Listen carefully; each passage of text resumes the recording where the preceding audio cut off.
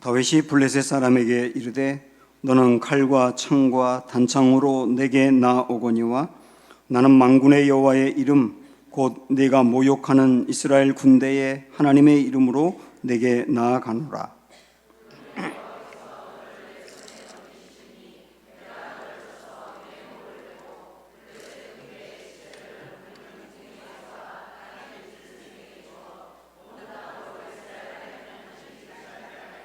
또 여호와의 구원하심이 칼과 창에 있지 아니함을 이 무리에게 알게 하리라. 전쟁은 여호와께 속한 것인즉 그가 너희를 우리 손에 넘기시리라.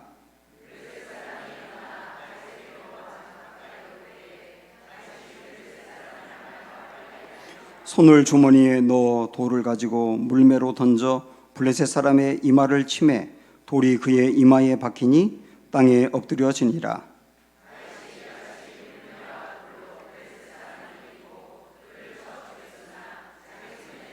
같이 읽습니다.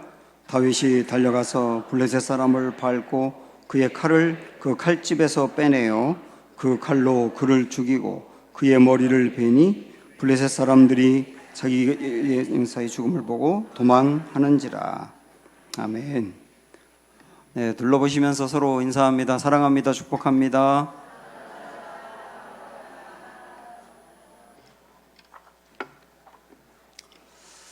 보통 일반적인 상식으로 어떤 사람의 그 수준을 보고 그 사람에게 신분을 줍니다.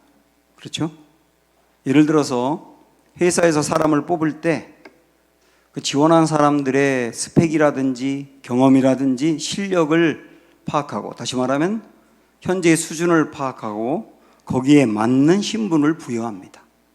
그래서 어떤 사람에게는 사원, 어떤 사람은 팀장, 또 어떤 경우는 사장, 이런 자리를 주는 거죠. 일반적인 상식이 그렇다 보니까 우리들은 하나님도 그렇다고 생각을 합니다. 그러나 하나님은 오히려 반대입니다. 하나님은 우리의 도덕적이고 신앙적인 수준이 거기에 걸맞아서 거기에 맞는 신분을 주는 게 아니에요. 오히려 반대로 신분을 먼저 주십니다.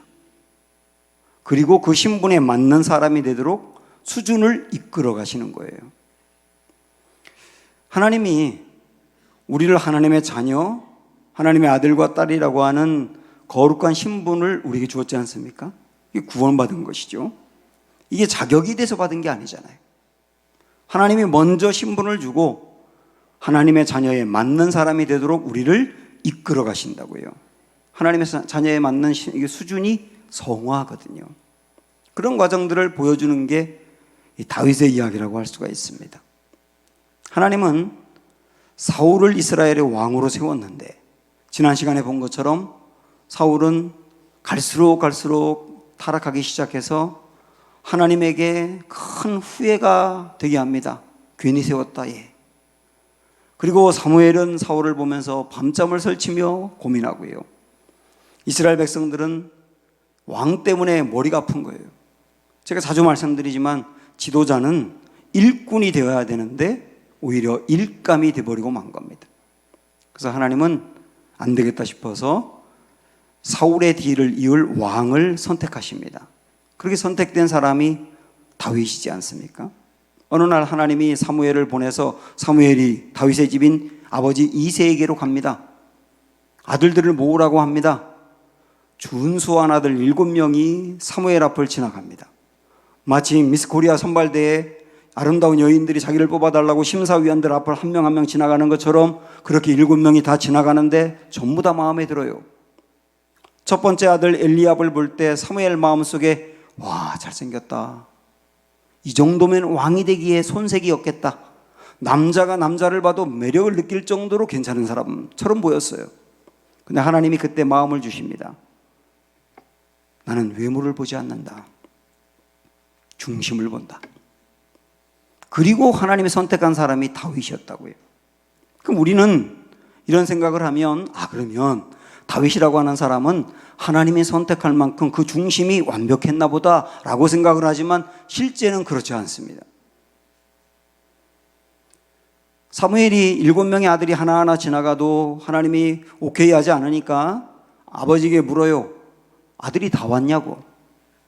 그러니까 아니라고, 한 명이 남았다고 하면서 하는 말을 여러분 한번 보세요. 또 사무엘이 이새에게 이르되 네 아들들이 다 여기 있느냐? 이새가 이르되 아직 막내가 남았는데 그는 양을 지키나이다. 사무엘이 이새에게 이르되 사람을 보내어 그를 데려오라. 그가 여기 오기까지는 우리가 식사 자리에 앉지 아니하겠노라.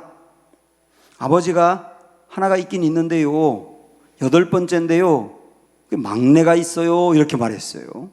이걸 보면 다윗이 그냥 막내니까 막내라고 했나 보다 이런 생각이 들지만, 여러분 이 막내라고 우리말로 번역한 이 단어의 히브리 단어는 하카탄입니다. 하카탄이라고 하는 단어는 하잘것없는 사람, 보잘것없는 사람이란 뜻이에요. 그래서 하카탄이라고 하는 단어를 쓸 때는 그 사람을 좀 격하할 때 그 말을 쓰거든요. 근데 이렇게 말하는 사람이 누구냐면 아버지란 말입니다. 아버지는 내 자녀가 아무리 부족해도 내 자녀의 최상의 모습을 보고 기대를 하는데, 어찌된 일인지 이 아버지는 막내 아들 다윗을 보면서 하찮은 사람이라고 하는 거예요. 그것은 뭐냐면 아버지가 볼 때도 이 막내 다윗은 절대로 왕이 될 만한 사람은 아니었다는 뜻입니다. 우리는 다윗이 왕으로 선택된 게 무슨 굉장한 조건과 자격을 갖추었기 때문이다라고 하는 생각을 일단 내려놓으셔야 돼요. 실제 그렇지 않습니까? 어느 날 그 유명한 성 프란시스에게 어떤 사람이 찾아와서 질문을 합니다. 이렇게 말을 해요. 선생님이 그리스도의 기적을 나타내고 그리스도의 거룩한 영광을 나타내고 선생님을 만나기만 하면 사람들이 변하는데 그 놀라운 성업을 감당하는 비결이 뭡니까? 이렇게 물어봤어요. 성 프란시스는 질문하는 그 사람을 물끄러미 쳐다보다가 이렇게 대답을 합니다. 전능하신 하나님은 어느 날 이 지구상에 살고 있는 그 많은 사람들을 바라보셨습니다. 그리고 많고 많은 사람들 중에서 가운데서 이 땅 위 모서리 한 구석에 가장 연약하고 가장 무지하며 가장 미련한 한 사람을 보시기 시작했습니다. 거기에 하나님의 눈동자는 머무셨습니다. 그리고 하나님은 이렇게 말씀하셨습니다. 그렇다, 저 사람이다. 저를 통해서 나의 강함과 나의 지혜로움과 나의 능력을 나타내리라. 이것이 하나님이 나를 선택한 이유의 전부입니다. 하나님이 저 유석열이라고 하는 사람을 왜 구원하셨을까? 그리고 저에게 왜 목사의 이 귀한 자리를 맡기셨을까? 그리고 왜 은강교회에 사랑하는 성도들을 맡기셨을까? 왜 그러셨을까? 여러 번 생각해 봤거든요. 여러 번 고민해 봤거든요. 그리고 제가 얻은 결론은 늘 똑같습니다. 난 알 수 없도다. 마치 찬송가 310장의 가사 1절과 2절을 보는 것만 같습니다. 하나님의 은혜로 이 쓸데없는 자 왜 구속하여 주는지 난 알 수 없도다. 왜 내게 성령 주셔서 내 마음 감동에 주 예수 믿게 하는지 난 알 수 없도다. 여러분, 하나님이 여러분 선택한 거 왜 하셨는지 아세요? 여러분을 구원하셨는데 왜 구원하신지 답이 있으세요? 지금도 여러분을 왜 쓰시는지 알고 계세요? 알고 있다고 하면 이상한 거예요. 내가 이런 일을 했고 이런 업적을 쌓았고 이 정도로 열심히 했기 때문에 하나님이 이렇게 된 거야, 해주신 거야. 그러면 아직 하나님을 모르는 거예요. 우리를 구원하신 것도 선택하신 것도 우리를 쓰시는 것도 아무리 생각해봐도 난 알 수 없도다. 그 말은 뭡니까? 오직 하나님의 은혜로 되었다는 뜻이에요. 다윗을 그렇게 선택하셨고 우리도 그렇게 선택하신 겁니다. 그러면 어떤 조건과 자격이 되기 때문이 아니고 하나님이 은혜로 우리를 그렇게 불러내시고 구원하시고 선택하시고 일을 맡기신다고 한다면 그 다음 꼭 알아야 될 것이 있어요. 그렇게 우리를 불러내어서 먼저 신분을 주신 하나님은 그 신분에 걸맞는 수준이 되도록 우리를 이끌어 가신다는 사실이에요. 그렇게 다윗을 이끌어 가십니다. 먼저 왕이 될 사람으로 기름을 부어서 그를 선택하신 다음에 정말 왕이 될 사람으로 끌어가신다고요.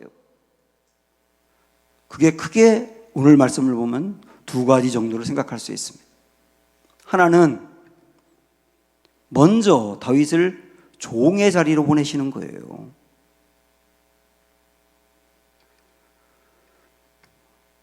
다윗이 왕으로서 기름 부음을 받았는데 그 왕으로 기름 부음 받는 게 사무엘상 16장이거든요. 근데 17장에 와 보면 왕으로 기름 부음 받은 사람인데 여전히 양을 키우고 있어요. 15절에 보면 그 끝에 그랬지 않습니까? 아버지의 양을 칠 때에 그랬잖아요. 왕으로 기름 부음 받은 사람인데 하던 일을 계속 한다고요. 하나님 그렇게 하시는 거예요. 우리가 왕으로 기름 부음 받았다 해서 순식간에 그 사람의 삶이 완전히 바뀌고 그러느냐? 아니고 하던 일을 계속 잘하도록 일단 두시는 그 과정이 있다고요. 저는요, 우리 교인들이 사용하면 안 되는 말 중에 하나가 대박이라는 말이라고 생각이 들어요. 대박. 개업하면 대박. 뭐라 그러죠? 대박 나세요. 하나님은 대박을 주지 않습니다. 과정이 다 필요하다고요. 왕으로 불렀지만 하던 그 일을 꾸준히 계속 잘하도록 두시는 거예요.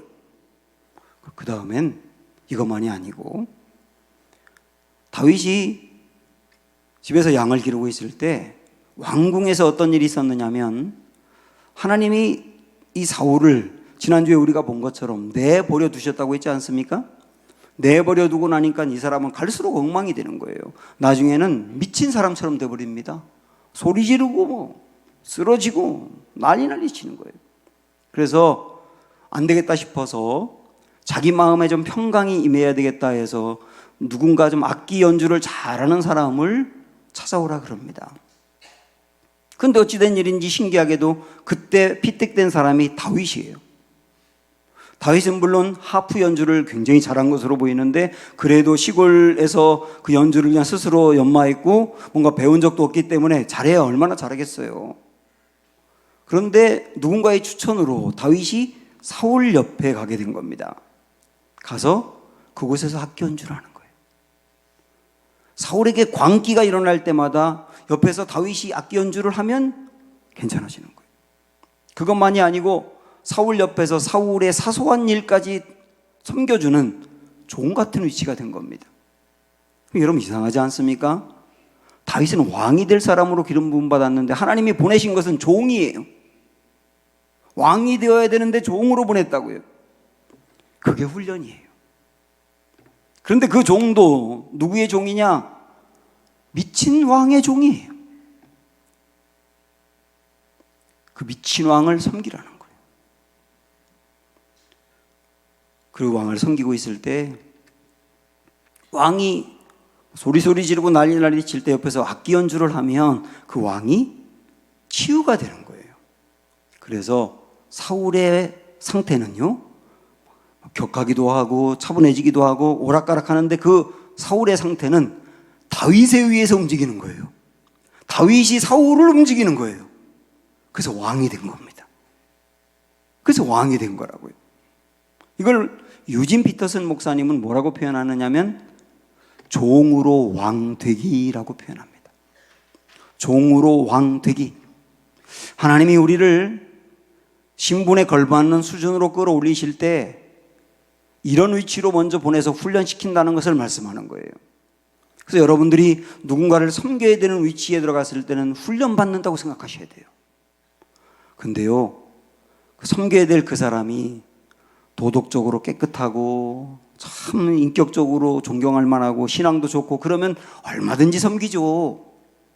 근데 어떤 때는 영 아닌 사람이 있어요. 진짜 영 아닌 사람을 섬겨야 될 때가 있다고요. 그 사람을 섬기는 게 배알이 꼴리고 자존심 상하고 내 마음으로 마뜩지 않아서 정말 섬기고 싶지 않을 때가 있어요.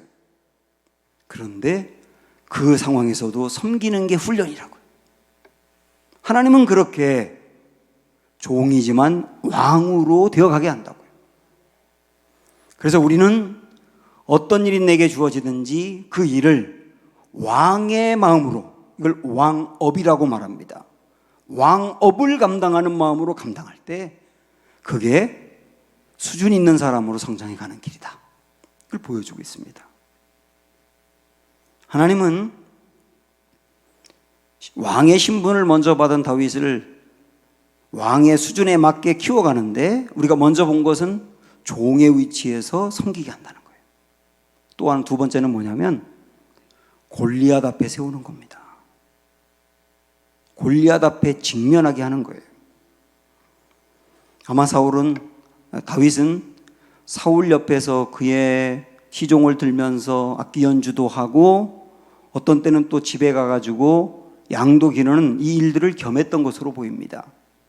나라에 전쟁이 일어났어요. 형들 몇 명이 전쟁에 투입이 됩니다. 그래서 아버지는 이 전쟁의 상황이 어찌 된지 궁금하기도 하고 아들들이 잘했는지 좀 알아보기고 그럴 겸사겸사해서 먹을 것을 잔뜩 보내가지고 다윗에게 전쟁터에 가보라 그래요. 다윗이 전쟁터에 왔는데 이 전장의 상황은 형편없는 겁니다. 키가 어마어마하게 큰 골리앗이라고 하는 사람이 앞에 우뚝 서가지고 키도 3m가 가까이 되는 데다가 세상에 그렇게 큰 사람을 본 적이 없어요. 그가 들고 있는 칼은 웬만한 사람 키만 해. 그걸 들고 소리소리 지릅니다. 누구든 나에게 나와 한판 붙자. 아무도 그 앞에 나갈 수가 없는 거예요. 너무나 쫄아가지고. 이스라엘 백성들과 군인들은 찍소리 못하고 다 숨어 있습니다. 그러다 보니까 그 사람이 기세등등해서 이번에는 이스라엘 군인들만 모욕하는 게 아니라 이스라엘의 하나님도 막 모욕을 하면서 형편없이 굴고 있어요. 이때 당시의 싸움은요, 여러분 아시지만 이스라엘과 블레셋이 싸우면 이스라엘의 사람들이 믿는 신과 블레셋 사람들이 믿는 신의 싸움이기도 해요. 그래서 만약에 블레셋이 이기면 블레셋의 신이 이스라엘의 신보다 위대하다고 여기게 된 때였어요. 이렇게 나가면 이스라엘이 지고 그러면 블레셋 사람들이 믿는 신이 여호와 하나님보다 위대하게 되어버리는 겁니다. 이것을 다윗이 본 거예요. 하나님을 모욕하는데도 아무도 앞에 나가는 것이 없는 게 화가 나고 골리앗의 입에서 나오는 말이 너무나 화가 나서 다윗은 어떤 힘에 이끌렸는지 골리앗 앞에 서게 된 거예요.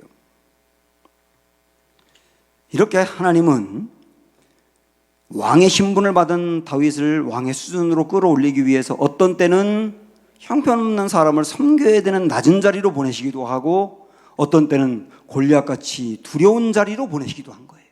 그렇게 키워나가고 있단 말입니다. 다윗은 우리 어릴 적부터 들었던 얘기대로 골리앗을 무너뜨립니다. 형도 말리고 사울도 말렸는데 아랑곳하지 않고 나가겠다는 거예요. 사울이 그러면 돼 갑옷이라도 입고 가라 하고 이 갑옷을 벗어줬는데 어색하니까 그것도 벗어버리고 그냥 가벼운 몸으로 물맷돌 들고 나간 거예요. 자기 앞에 나온 아이가 17살쯤 되는 청소년인 것을 보고 골리앗은 실소를 터뜨립니다. 근데 다윗은 골리앗을 쳐다보다가 물맷돌을 던져요. 그 물맷돌이 골리앗의 이마에 정확히 박힙니다. 그리고 팍 쓰러진 거예요. 다윗은 달려가서 골리앗의 칼을 빼내어 골리앗의 목을 칩니다. 그래서 전쟁에 승리했어요. 여러분 그 얘기 들어보셨죠? 이스라엘의 군인들은 골리앗을 보면서 와, 우리가 골리앗을 쳐서 넘어뜨리기에는 골리앗이 너무 커. 그러고 숨었다고요. 근데 다윗은 야, 골리앗이 너무 커서 돌 던지면 안 맞기에는 너무 커. 웬만하면 다 맞아. 그러고 던졌다고. 그랬는지도 모르지만 다윗이 승리한 거예요. 이걸 통하여 여러분, 민족이 블레셋에게 패하여 지배를 당할 그 정말 절체절명의 위기 상황에서 다윗이 나라를 건져낸 거예요. 그럼 다윗이 누굽니까? 왕이 된 거예요. 아직 왕의 왕관을 쓰지 않았어요. 그런데 이미 골리앗 앞에서 이스라엘을 건져내는 왕이 된 거예요. 하나님은 그렇게 다윗을 한 단계 한 단계 한 발짝 한 발짝씩 왕의 자리로 몰아가고 계시단 말이에요. 하나님은 우리의 신분에 걸맞는 수준의 삶으로 살아가도록 하기 위해서 때로는 섬기는 자리로 보내시기도 한다고 했지만 또 때로는 어떻게 하신다고요? 골리앗 앞에 세우기도 한다고요. 우리 인생의 골리앗이 뭡니까? 피하고 싶은 거예요. 정말 그것만은 피하고 싶어. 그 사람만은 피하고 싶어. 두려워요.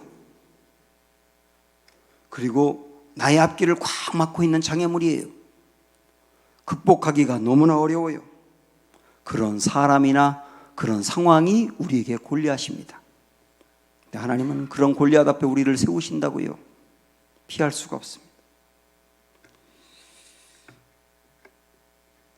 이럴 때 어떤 생각을 가져야 될 것이냐. 제가 엊그제 금요기도회 때 이런 말씀을 드렸습니다. 그때도 마치 다윗 얘기가 좀 나와서 골리앗이라고 하는 사람은 이스라엘의 다른 군인들이나 사울에게는 넘지 못할 강력한 산이었기 때문에 골리앗 앞에서 이스라엘 그 군인들은 다 무너졌습니다. 골리앗이 어떤 사람은 완전히 패배시키고 무너뜨리기도 합니다. 그런데 똑같은 골리앗이 다윗에게는 왕으로 가는 징검다리가 된 거예요. 베들레헴이라고 하는 그 시골뜨기, 거기서 양을 기르는 그 시골 그 소년이 세상에 어떻게 왕이 됩니까? 죽었다 깨어나도 왕이 못 되는데, 그런데 다윗이 왕의 자리로 갈 수 있는 결정적인 기회가 골리앗을 무너뜨리면서예요. 아, 그렇구나. 골리앗이 어떤 사람을 무너뜨리는 그 큰 벽도 되지만 어떤 사람은 징검다리가 될 수 있다는 거예요. 여러분 앞에 놓여 있는 골리앗이 그럴 수 있다는 것을 믿고 담대히 나아가는 게 신앙이에요.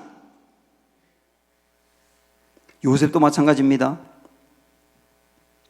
요셉이 어느 날 17살쯤 되었을 때 형들로부터 팔려서 이집트의 노예가 됐습니다.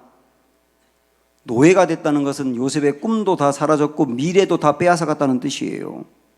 그렇게 무너져 내릴 것인가? 그런데 참 놀랍게도 이집트의 노예가 된 것이 요셉이 총리 대신이 되는 결정적인 과정이었다고 그래요. 누가 알았겠어요? 아무도 몰랐어요. 요셉도 몰랐죠. 그런데 하나님은 그 노예라고 하는 그 정말 힘들고 어려운 상황을 잘 선용하셔서 요셉의 길을 여는 기회로 삼으셨다고요. 요셉은 보디발의 아내의 그 유혹을 물리치다가 보디발의 아내가 뜻대로 안 되니까 요셉에게 모든 걸 덤탱이를 씌워가지고 강간 미수범이 돼버린 거예요. 옥에 갇혔습니다. 세상에 이렇게 억울한 일이 어디 있습니까? 미치고 팔딱 뛸 것 같죠. 그런데 이 억울하게 옥에 갇힌 것이 바로 앞에 가고 총리 대신이 되는 결정적인 기회가 된 거예요. 제가 금요일 날 그런 말씀을 드렸습니다. 인생은 진짜 모른다. 인생은 진짜 모른다. 사랑하는 여러분, 우리 앞에 골리앗 같은 문제가 꽉 가로먹을 수 있습니다. 그거 쳐다보면 답답해요. 어떤 때는 노예로 팔려가는 것 같은 고난이 우리에게 주어져서 내 꿈도 다 사라질 것만 같고 바닥에 딱 추락한 것만 같을 때도 있습니다. 어떤 때는 정말 가슴을 치고 싶을 만큼 억울한 일을 당할 때도 있어요. 그러나 절대로 절망하지 마십시오. 그것이 우리의 신분에 걸맞는 수준으로 성장하고 다윗이 왕이 된 것처럼 우리를 하나님이 끌어올려 하나님 어떤 귀한 일을 맡길 수 있는 기회가 되고 징검다리가 될 수 있다. 아멘. 이거 붙들고 담대히 나아가는 거예요. 그게 신앙이에요. 이렇게 골리앗이 나를 무너뜨리는 걸림돌이 아니라 나를 세워주는 징검다리가 될 수 있다는 것을 여러분 아셨다고 한다면 이제는 골리앗을 어떻게 극복할 수 있을까요? 그게 우리의 또 과제죠. 이스라엘 백성들은 골리앗을 딱 맞닥뜨렸을 때 골리앗 때 이스라엘 군인의 구도로 이해를 했습니다. 그러니까 이스라엘 군인들은 골리앗을 무너뜨릴 수가 없어요. 그러니까 절망한 거예요. 그런데 다윗은 이걸 어떻게 했느냐면 다윗 때 골리앗의 싸움이 아니고 골리앗 때 하나님의 싸움으로 대진표를 바꾼 거예요. 싸움의 대진표를 바꿨다고요. 이것을 우리가 보면서 다윗은 골리앗을 보고 어떻게 이해를 했고 자기 자신을 어떻게 이해했는지 오늘 말씀을 통해서 한번 보도록 하겠습니다. 자, 한번 이 말씀 읽어보시겠어요? 이 할례 받지 않은 블레셋 사람이 누구이기에 살아계시는 하나님의 군대를 모욕하겠느냐. 다윗이 골리앗 앞에 서서 골리앗을 이렇게 봤다고요. 어떻게 봤느냐면 저 사람 할례 받지 않은 사람이야. 이렇게 본 거야. 할례 받지 않은 사람이야. 여기에 할례 받지 않았다라고 하는 말은 굉장히 중요한 의미가 있습니다. 이걸 이해하기 위해서 아브라함 이야기를 먼저 드리겠습니다. 아브라함이 하나님의 아들을 주시겠다라고 약속하셨는데 그 약속을 기다리지 못하고 86세 때 이스마엘을 낳았습니다. 그 이스마엘은 자기의 육체의 힘으로 낳은 아이예요. 자기의 육체의 힘으로 낳은 아이라고요. 아브라함이 175세까지 살았기 때문에 이때 아이를 낳을 수 있는 힘이 있었던 것 같아요. 그런데 이스마엘을 낳고 난 다음에 하나님과 아브라함의 관계가 단절이 돼가지고 13년 동안 끊어졌어요. 그리고 아브라함의 나이 99세가 되었을 때 하나님이 아브라함에게 찾아갑니다. 아브라함은 하나님이 없어도 이스마엘을 보면서 괜찮아요. 그런데 하나님은 아브라함이 없이는 못 살아요. 그래서 하나님이 먼저 찾아오신 거예요. 찾아와서 아브라함에게 제일 첫 번째 하신 말씀이 뭐냐면 나는 전능한 하나님이다 그러셔요. 엘샤다이라고 하는 말인데 나는 전능한 하나님이다. 그 말은 아브라함을 책망하는 거예요. 아브라함아, 내가 너의 나이와 상관없이 너에게 아들 줄 것이라고 너 믿지 못하니? 나 전능한 하나님이야. 책망하면서 책망이 되면 관계가 회복이 되는 거잖아요. 회복을 시켰어요. 그리고 그 다음에 무슨 말씀 하시느냐면 할례를 받아라 그러십니다. 이게 아브라함이 이스마엘을 낳은 사건하고 할례를 받아라라고 하는 것을 연결해 볼 필요가 있어요. 여러분도 아시지만 할례라고 하는 것은 남자의 생식기 끝에 포피를 잘라내는 겁니다.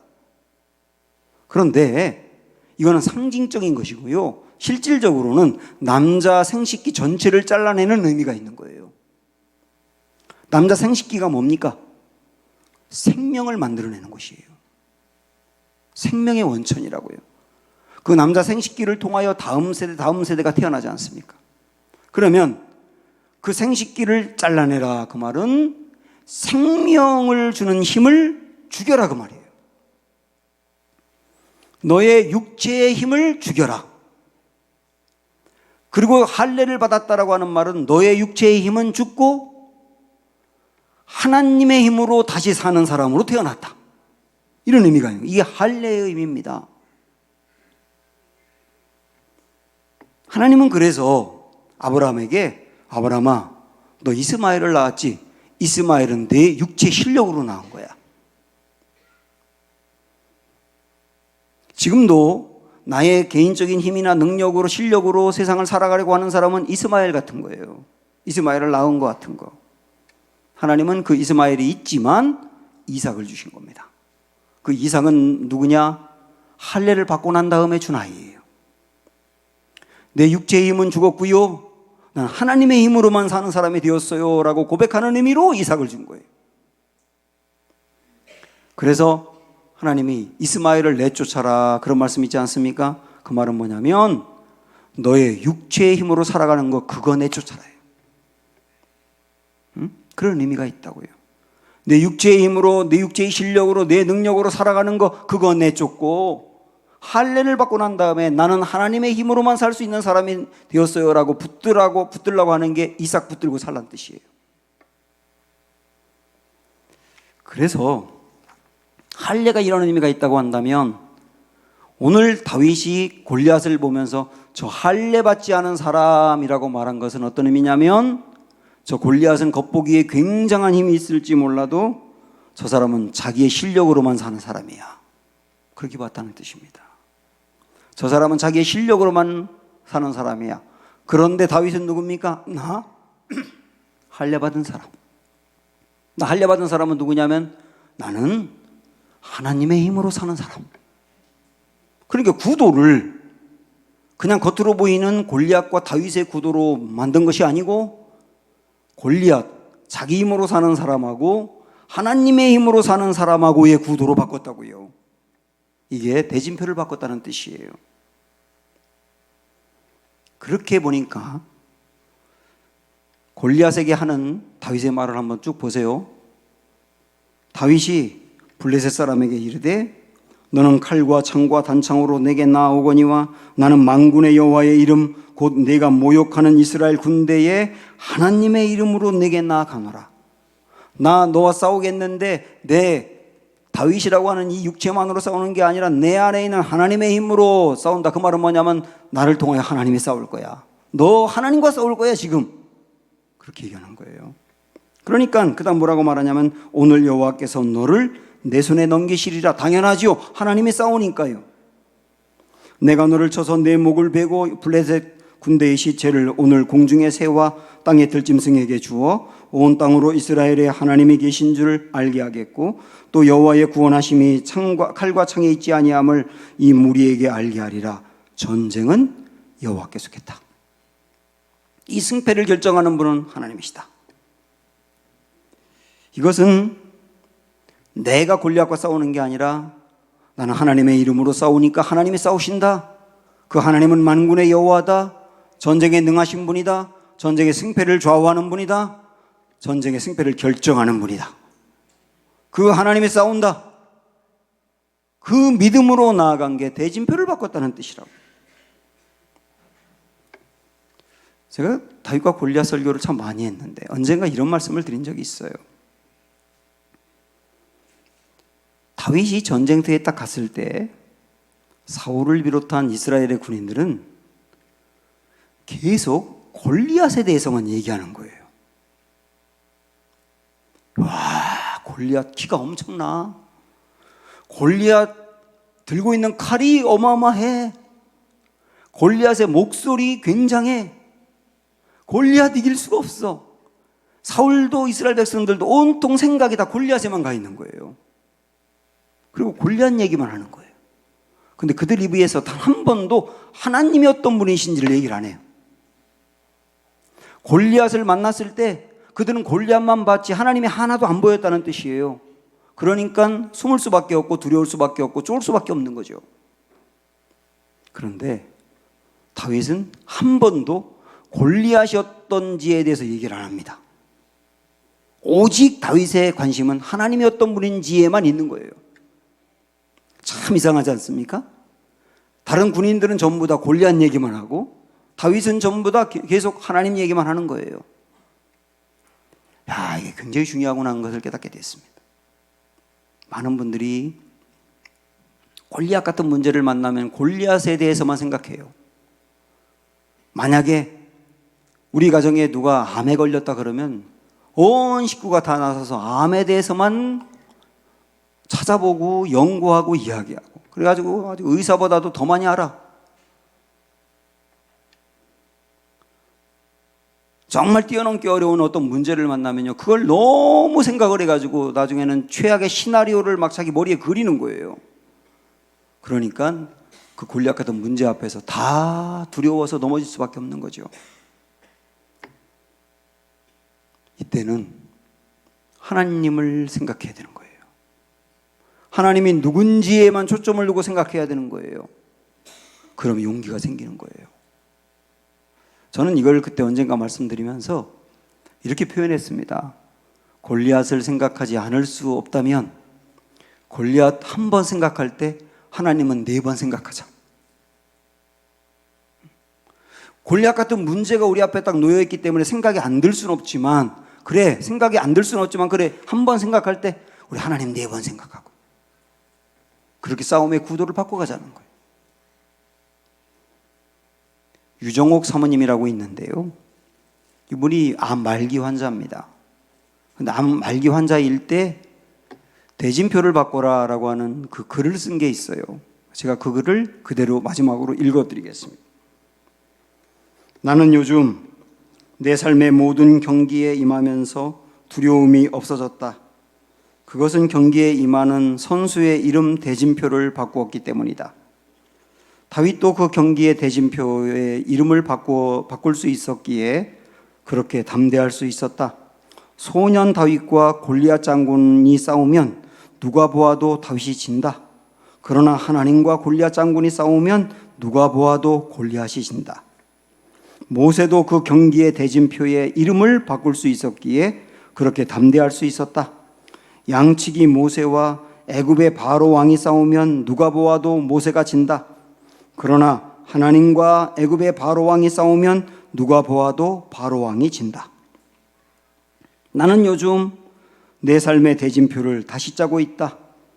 내 이름을 빼내고 하나님의 이름으로 바꾸는 일이다. 예를 들면 유정옥과 말기암이 싸우면 누가 봐도 유정옥이 진다. 그러나 하나님과 말기암이 싸우면 누가 봐도 말기암이 진다. 나는 하루 종일 내 삶을 힘들게 하는 모든 문제들과 나 혼자 끙끙대면서 맞섰던 일들에 대하여 하나님의 이름을 함께 놓는 대진표 이름 바꾸기 작업을 한다. 그러면 나에게 맹수처럼 다가오던 그 많은 두려움들이 사라지고 꼭 이기고 말겠다는 안달도 없어지고 오히려 적수가 안 되는 상대방 선수에게 차나 포를 떼어주는 여유와 넉넉한 인심과 사랑을 베풀게 될 것이다. 이후에 오는 것은 당연히 부전승임을 확실히 믿고 있기 때문이다. 찬양하겠습니다. 주가 일하시네.